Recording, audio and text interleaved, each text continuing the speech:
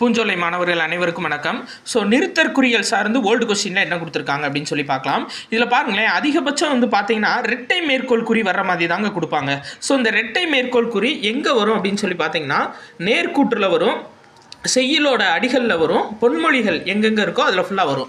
Maximum வந்து பாருங்களேன் நேர்கூற்று தொடர்கள் வர்ற மாதிரி தான் கேட்குறாங்க அவங்க. இப்போ பாருங்கள், குழந்தை நிலாவை பார்த்து நிலா நிலா ஓடிவா என்று பாடியது. அப்போ நிலா நிலா ஓடிவான்னு சொல்லிட்டு அந்த குழந்தையே வந்து நேர்கூற்றாக சொல்லியிருக்கு. அப்போது இங்கே டபுள் கோட்ஸ் வரும்.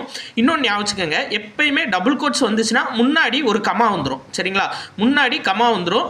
அப்போது குழந்தை நிலாவை பார்த்து கமா நிலா நிலா ஓடிவா என்றது. அப்போ ரெட்டை மேற்கோள் குறி என்று பாடியது. அப்போ புல் ஸ்டாப். சரியா, அதே மாதிரி பாருங்க இங்கேயும் கொடுத்துருக்காங்க பாருங்களேன், ரெட்டை மேற்கோள் குறி.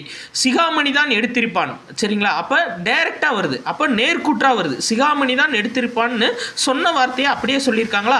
அப்போ இங்க டபுள் கோட்ஸ்.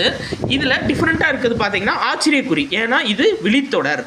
சிகாமணி தான் எடுத்திருப்பான் ரெட்டை மேற்கோள் குறி, அடுத்து ஆச்சரியக்குறி என்பது பெரும்பாலானோரின் கருத்து. சரியா, அடுத்து பாருங்க, முக்கியமான ஒரு மேட்ச் ஆஃப் ஃபாலோயிங் எல்லாத்துலேயுமே கேட்டுறாங்க. இந்த ஓசை சார்ந்து கேட்டுறாங்க. இது எப்படி ஷார்ட்கட்டாக ஞாபகம் வைக்கிறதுன்னு பார்க்கலாம். செப்பல் ஓசை அப்படின்னா வெண்பா, வெள்ளை கலர் செருப்புன்னு ஞாபகம் வச்சுக்கோங்க.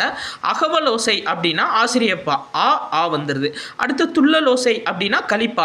களி சாப்பிட்டா நம்ம உடம்பு நல்லா இருக்கும், துள்ளி விளாடலாம். அப்போ துள்ளல் ஓசை என்ன அப்படின்னா களிப்பா. அடுத்து பாருங்க, தூங்கல் ஓசை அப்படின்னா வஞ்சிப்பா. இப்போ பாருங்களேன், சின்ன குழந்தையில வந்து வஞ்சிக்கிட்டே இருந்தோம்னா அவங்க அழுதுகிட்டே போய் தூங்கிடுவாங்க. அப்போ தூங்கல் ஓசை அப்படின்னா வஞ்சிப்பா.